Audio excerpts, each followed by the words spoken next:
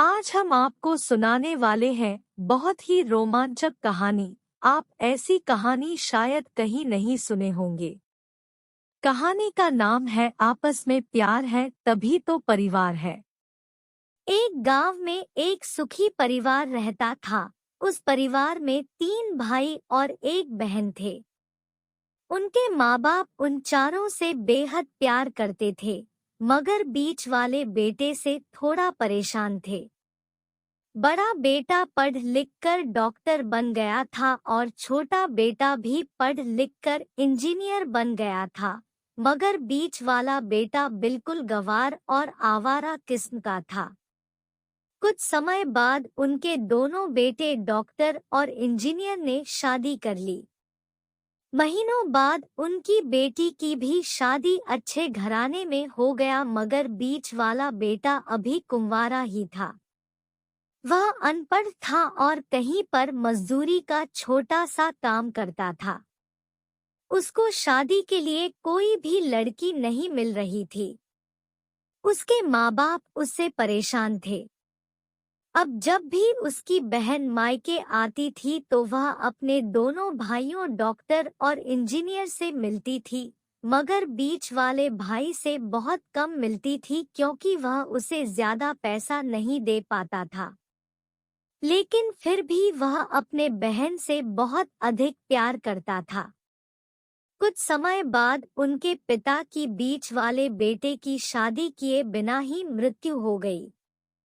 उनकी माँ ने सोचा कि कहीं अब किसी के मुंह से बंटवारे की बात ना निकले, इसलिए उसने अपने गांव में ही एक सीधी साधी लड़की से मझले बेटे की शादी करवा दी। शादी होते ना जाने क्या हुआ।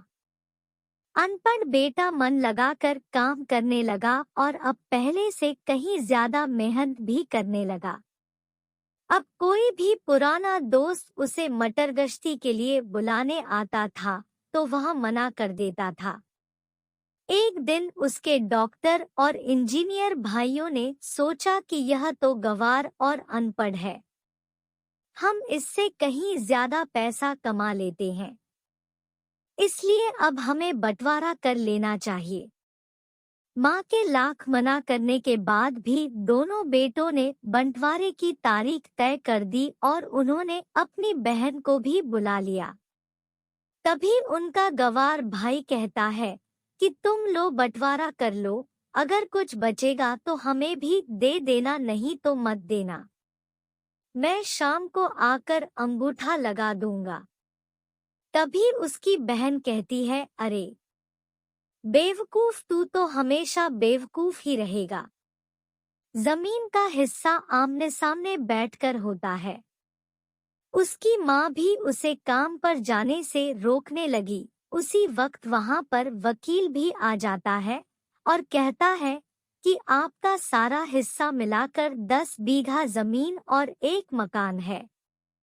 अब बताओ किसको कितना हिस्सा देना है, मैं उसी हिसाब से कागज बनवा दूंगा। तब गंवार भाई कहता है, वकील साहब 5-5 बीघा हमारे दोनों भाइयों के नाम लिख दो, और यह घर हमारा है, इसे मेरी प्यारी बहन के नाम कर दो। तब दोनों भाई पूछते हैं कि तू अपने हिस्से में क्या लेगा। गंवार भाई कहता है कि मेरे हिस्से में मेरी प्यारी माँ है। वह अपनी पत्नी की तरफ मुस्कुराते हुए कहता है, क्यों, क्या मैंने गलत कहा?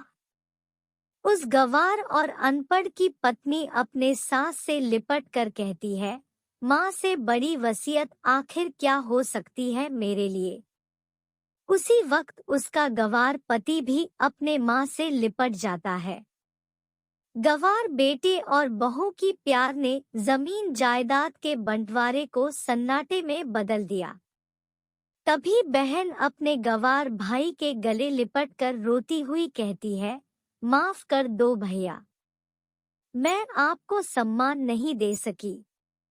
तभी उसका भाई कहता है, प्यारी बहन, इस घर पर जितना अधिकार हमारा है उतना ही तुम्हारा भी है, और रही बात बंटवारे की तो बंटवारा नहीं करने से जीवन थोड़ी ना खत्म हो जाएगा। क्यों करते हैं? हम बंटवारा? क्या हम एक साथ मिलकर नहीं रह सकते?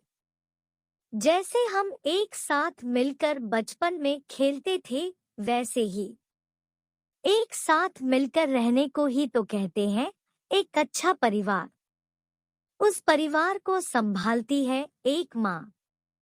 तभी उसके दोनों भाई भी शर्मिंदा होते हैं और बंटवारे के कागज को फाड़कर फेंक देते हैं। फिर उसके बाद से उनका पूरा परिवार एक साथ खुशी खुशी मिलजुल कर रहने लगा।